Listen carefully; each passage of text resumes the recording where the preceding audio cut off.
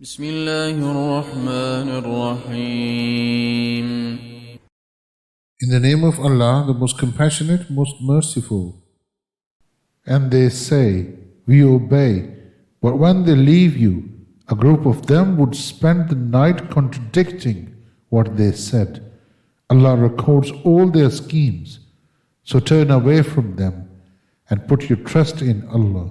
And Allah is sufficient as a trustee of affairs. Do they not then reflect on the Quran?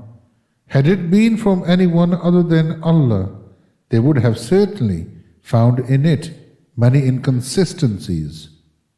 And when they hear news of security or fear, they publicize it. Had they referred it to the messenger or their authorities, those with sound judgment among them would have validated it. Had it not been for Allah's grace and mercy, you would have followed Satan, except for a few. So fight in the cause of Allah, O Prophet.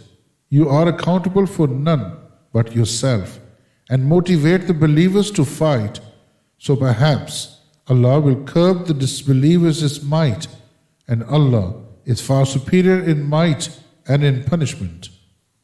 Whoever intercedes for a good cause will have a share in the reward, and whoever intercedes for an evil cause will have a share in the burden, and Allah is watchful over all things. And when you are greeted, respond with a better greeting, or at least similarly. Surely Allah is a vigilant reckoner of all things. Allah, there is no God worthy of worship except Him. He will certainly gather all of you together on the day of judgment, about which there is no doubt, and whose word is more truthful than Allah's. Why are you believers divided into two groups regarding the hypocrites, while Allah allowed them to regress to disbelief because of their misdeeds? Do you wish to guide those left by Allah to stray? And whoever Allah leaves to stray, you will never find for them a way. They wish you would disbelieve as they have disbelieved, so you may all be alike. So do not take them as allies unless they immigrate in the cause of Allah. But if they turn away, then seize them and kill them wherever you find them, and do not take any of them as allies or helpers, except those who are allies of a people you are bound with in a treaty, or those wholeheartedly opposed to fighting, either you or their own people. If Allah had willed, He would have empowered them to fight you. So if they refrain from fighting you and offer you peace, then Allah does not permit you to harm them. You will find others who wish to be safe from you and their own people, yet they cannot resist the temptation of disbelief or hostility. If they do not keep away, offer you peace, or refrain from attacking you, then seize them and kill them wherever you find them. We have given you full permission over such people. It is not lawful for a believer to kill another except by mistake, and whoever kills a believer unintentionally must free a believing slave and pay blood money to the victim's family, unless they waive it charitably. But if the victim is a believer from a hostile people, then a believing slave must be freed. And if the victim is from a people bound with you in a treaty, then blood money must be paid to the family along with freeing a believing slave. Those who are unable, let them fast 2 consecutive months as a means of repentance to Allah, and Allah is all-knowing, all-wise. And whoever kills a believer intentionally, their reward will be hell, where they will stay indefinitely. Allah will be displeased with them, condemn them, and will prepare for them a tremendous punishment. O believers, when you struggle in the cause of Allah, be sure of who you fight, and do not say to those who who offer you greetings of peace. You are no believer, seeking a fleeting worldly gain. Instead, Allah has infinite bounties in store. You were initially like them, then Allah blessed you with Islam. So be sure, indeed, Allah is all aware of what you do.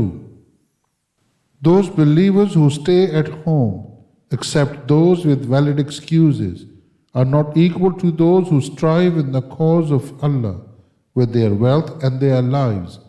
Allah has elevated in rank those who strive with their wealth and their lives above those who stay behind with valid excuses. Allah has promised each a fine reward, but those who strive will receive a far better reward than others.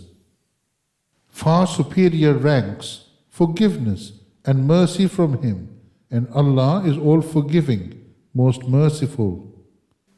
When the angels seize the souls of those who have wronged themselves, scolding them, "What was wrong with you?"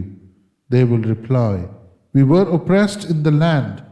The angels will respond, "Was Allah's earth not spacious enough for you to emigrate? It is they who will have hell as their home. What an evil destination! Except helpless men, women, and children who cannot afford a way out.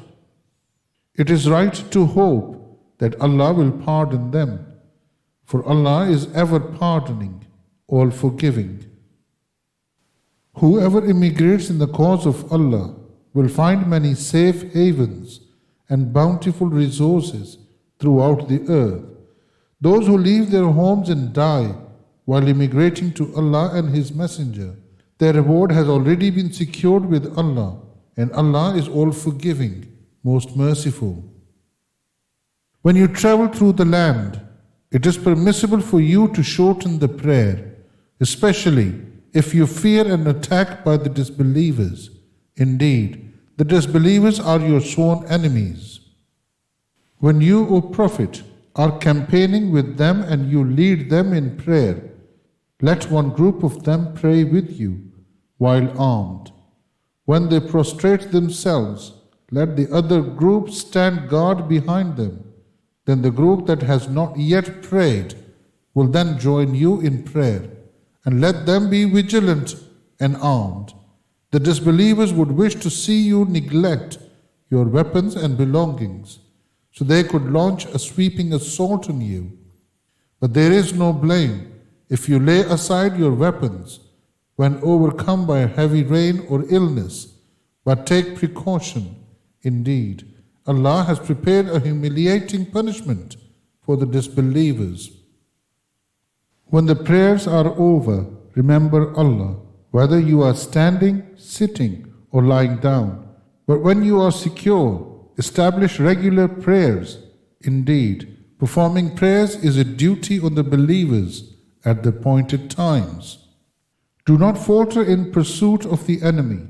If you are suffering, they too are suffering.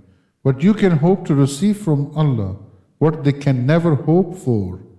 And Allah is all-knowing, all-wise. Sadaqallahu al-Azim.